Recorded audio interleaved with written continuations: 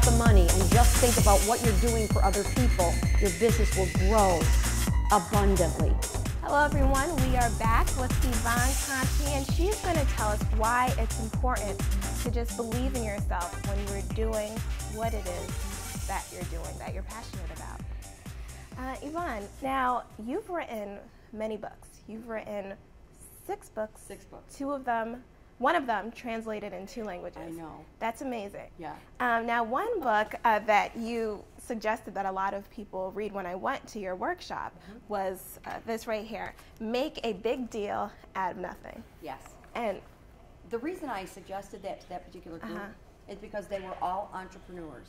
They were all people who were creating businesses, you know, themselves and going out there kind of all alone. And the best way to make a name for yourself is to speak about your product. So you go to, you know, different businesses and you have to speak about your product. You have to present yourself. So whether you want to be a speaker or not, this particular book is for people who want to be a motivational speaker or a best-selling author. okay. And it tells everything you ever want to know about that in that book. But it's also for people who want to be better speakers in their job. And the reason that's important is because if you can't talk about what you're selling, you're never going to sell it. And we all sell something. I sell myself. You know, you're selling the show. So, you know, we're all selling something. My father always said, never take a job with a product you don't believe in, because you'll never be successful. And that's very true. I think the reason this has been such a great job for me and so successful in every way is because I truly believe in it. And when you truly believe in something, you're well versed in it because you can't get enough of it. You're always studying that subject. When you know something backwards and forwards, there's no reason to be nervous because you know that subject. So like, talk about confidence. I could talk about humor, laughter, and joy and corporate America and, you know, how we get our people to have fun at work till the cows come home. All day, every day. And I never have to practice it or study before I get there or worry about what I might say because I'm talking to you about something I love. Now that's something I want to talk to you because in your book, one thing that stood out to me was you said, I feel completely qualified and comfortable doing what I do. Yes. And that's just something that to me really stuck out to me because I think sometimes people stop doing what it is that they want to do because they don't feel like they're qualified or they don't feel like they belong. Do you ever see that when you're talking to people? Well, I mean, that's somebody who has a real problem with confidence. I mean, if you love something and you really want to do it, the only way to fail is to quit. If you really love something, then just continue to do it until you reach your success. Because if you decide, oh, you know, they don't like me, or you know, I'm not tall enough, or I'm not educated enough, whatever, then you're going to fail. I mean, that's guaranteed. So, and I think the only way to really feel confident is to know. So if you're not confident about what you're doing, it's because you haven't studied that subject enough so that you know it backwards and forwards. Now, one person that was that you mentioned was extremely confident in your life was your father. Yes. And you just talked about how hardworking he was, but he was also a disabled war veteran. Yes, you he said. was. Can you just tell me a little bit about about your father and how he's impacted the Yvonne Conti that you are today? Okay. Well, I think I am who I am because of him. The man never complained about anything. He lived to be 85. He had many major medical problems because of his service to our country. He was shot in Guadalcanal and was a 100% disabled veteran. But I never heard him complain. I mean, you could see that he was in pain, but he would never say that he was in pain.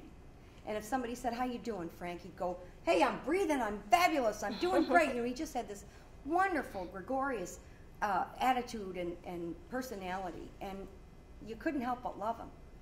What I learned from him is that you are what you think about. So if I sit around and go, oh, I hurt today, you know, I don't feel good, I'm not having a good hair day, then, you know, that's going to be my focus, and that's going to be what I'm thinking about, and that's what I'm going to project. But if I get up in the morning, and even though I may not feel well that morning, I get up and go, this is a great day. This is the day the Lord has made, and I'm going to get up and be glad in it. You know, I'm going to do the best that I can do today. You know, I know a lot of people might think, well, that's so hokey, you know, that you can do it if you put your mind to it. It may be, but it works. And my father taught me that whatever you think about is what you become. And he always thought positive thoughts. He always thought success. He always thought he could do anything. And because of that, he did. And now, Yvonne, you also have arthritis, correct? And I can imagine that laughing when you're physically in pain is extremely difficult. And I know you mentioned that, just like your father, if you think positive, yes, things work out. But is it always as easy as just thinking positive for you? Or no, it's not always easy. In fact, it's rheumatoid arthritis. It's like having the flu all the time. It's a horrible, horrible feeling. When you are getting an attack, it's like you just want to curl up on the couch and not talk to anybody. But that's when you need to put on some funny, you know, DVDs, or, you know, watch some funny movies, or spend time with your funniest friend. I mean, that's the best one. I have a girlfriend who lives in Tennessee, and she's hysterical. And whenever I'm down, I call her, because just listening to her voice makes me laugh. I mean, she'll say, honey, I'm lower than a snake in a rut. What's going on in your world? You know what I mean? It just makes you laugh because she's so funny. And this is a woman who has major difficulties. She's had major setbacks in her life, but always bounces back because of her attitude. So it's a choice we make. I'm going to choose to be happy. I don't want to live miserable. I don't know why anybody would. But I do have a lot of people in my life that they're just not comfortable unless something's going wrong, and they manifest that because they're constantly talking about it. I like to talk about what's going right in my life. So what's the one thing that you want people to take away from this interview, the one piece of advice you could give them? I guess it would be that, you know, whatever way your life is right now, whatever your financial situation is, your emotional situation, you know, whatever you're doing as far as your health goes, all of those things are due to your choices, the choices you made in life.